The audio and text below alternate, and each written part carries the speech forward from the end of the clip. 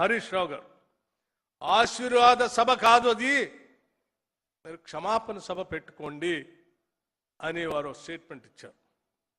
నిజంగా ఈ పెద్ద మనిషి 10 సంవత్సరాలు ఏ రకంగా అసలు మంత్రిగా పనిచేశాడనేటువంటి ఆలోచన నాకు కలిగింది ఆయన స్టేట్మెంట్ చూసిన తర్వాత.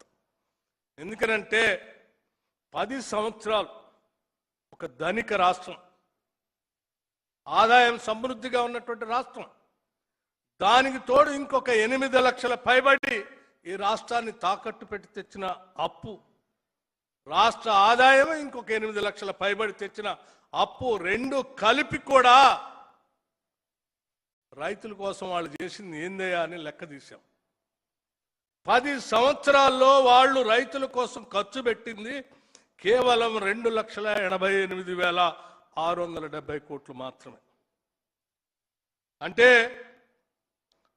నెలకి 2,532 కోట్లు, సంవత్సరానికి 30,384 కోట్లు మాత్రమే ఖర్చు పెట్టారు.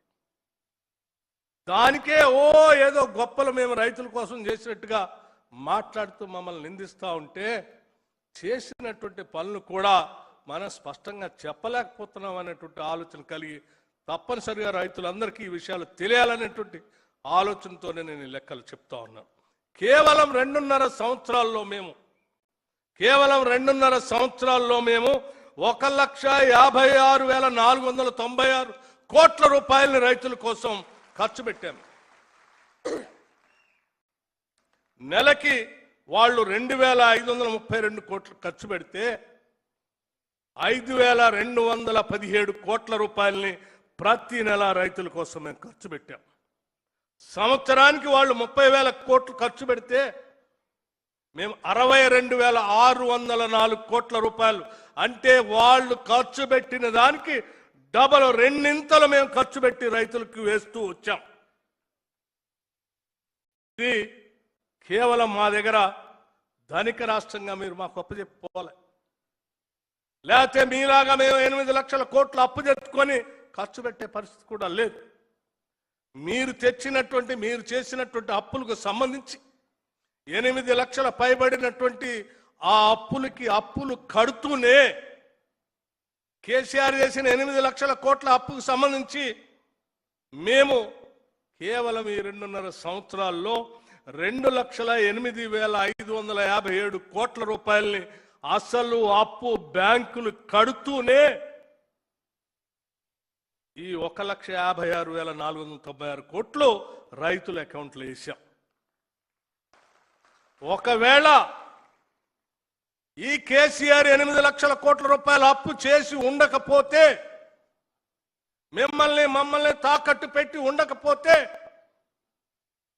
ఈ 2.5 సంవత్సరాల్లో మేము బ్యాంకులు కట్టినటువంటి అప్పు అసలు 2,08,557 కోట్ల రూపాయల్ని ఈ రైతుల కోసం, ఈ రాష్ట్రం కోసమే ఖర్చు పెట్టేవాళ్ళం కదా.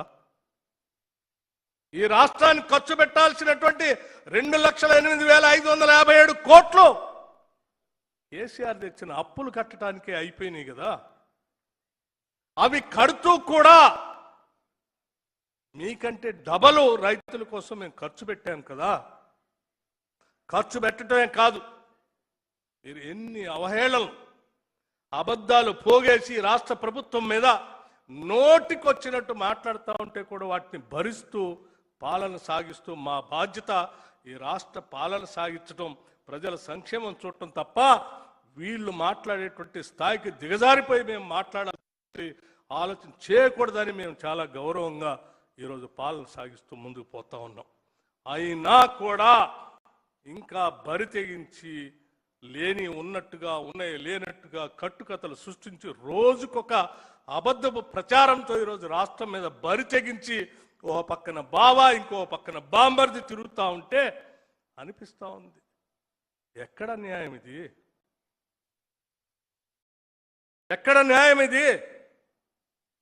10 సంవత్సరాలు లూటీ చేసి దోపిడీ చేసి పోయింది కాక ఇంకా తగుదనమ్మా బయటకు వచ్చి మాట్లాడుతూ ఉంటే తప్పదేగా వాస్తవాలు రాష్ట్ర ప్రజలకు చెప్పకుండా ఉండలేమనేటువంటి ఆలోచనతో ఈరోజు లెక్కలతో సహా మీ అందరికీ చెప్తూ, మాకు ఎన్ని కష్టాలు వచ్చినా, ఎన్ని ఆర్థిక పరమైన ఇబ్బందులు ఉన్నా ముఖ్యమంత్రి గారు కేబినెట్ ఒకటే మాట చెప్తా ఉన్నారు, మన